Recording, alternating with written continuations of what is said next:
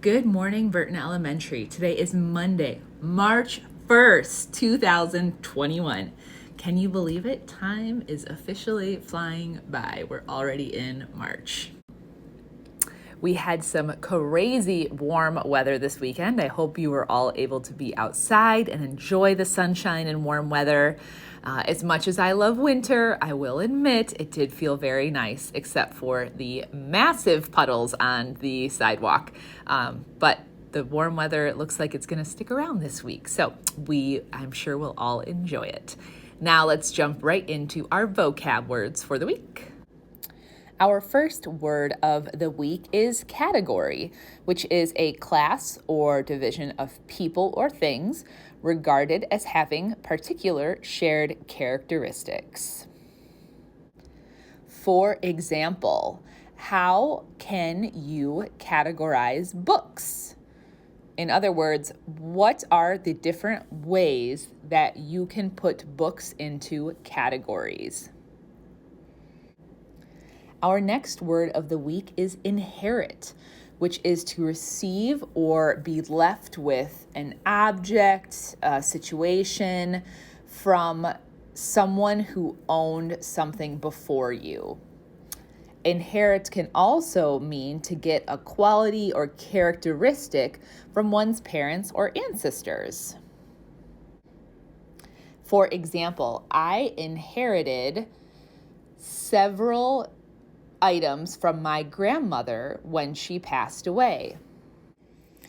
Another example is I inherited stubbornness from my dad. I am so excited, everyone, not just because of our vocabulary for the week, but because Clips had an update. So there's a ton of new posters, new stickers, new music. There are a lot of new really cool things that they've added, and it's awesome. But now, everyone, let's take a look at a fun video with Darla from this weekend. Yeah. Okay, sit, shake. Good girl, there you go. Yeah. I just realized it was kind of hard to see, but she shakes now. So I will try and make sure that I film her from the other side for next week, but Darla knows how to shake. And here's a little update on Leo. He got sick this weekend. So here's a picture of the poor little guy. Here he is cuddling. He usually doesn't like to snuggle anymore, so you can tell when he's sick when he likes to do this with you. All right, and now just a couple of reminders for this week. Many of you are WIDA testing. I know it's been tricky so far and not ideal, those of you who are here hybrid, but thank you for showing grit and pushing through, and hopefully this week will be much better than last week. This week, remember everyone, you still have the opportunity for shopping at the book fair. That's right. If you bring in money this week, for those of you who are hybrid, you can still come purchase books. And for those of you who are virtual, you can still purchase books online. And of course, don't forget, tonight is Lullabies with Leo, and we are actually reading a book that I purchased from the book fair. So it was very fun, and I can't wait to see all of you there tonight at 6:30 on YouTube.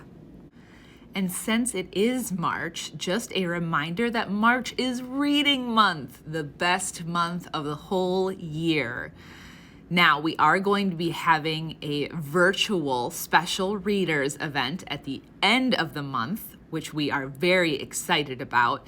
But let's take this month to really celebrate reading and all of the places and worlds that you can explore when you read.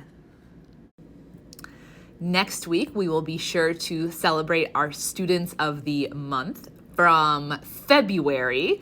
So I can't wait to see all of you in next week's Monday morning video. And I think that's all for this week, everybody. I hope you have a spectacular week. Enjoy this warm weather. Show grit on any tests that you have. And, oh, I just remembered something. I want you all to remember. Hold on, let me get my image. I wanted to give you all a quick reminder of what it means to be virtual learners. For those of you who are completely virtual, these are some of the rules that we need to remember when we are in our classes.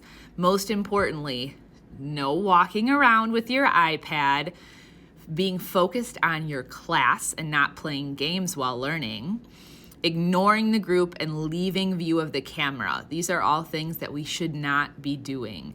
It's very important to stay with your camera on during your whole class, just like we would be able to see you in person. This also means that for both virtual and hybrid students, even when you are not with your teacher, you need to be doing your work.